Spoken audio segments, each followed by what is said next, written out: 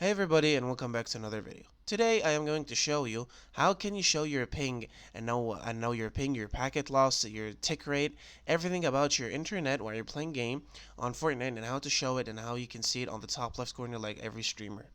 So how can we do this? So we're going to navigate all the way to the top left corner and then down all the way to the settings.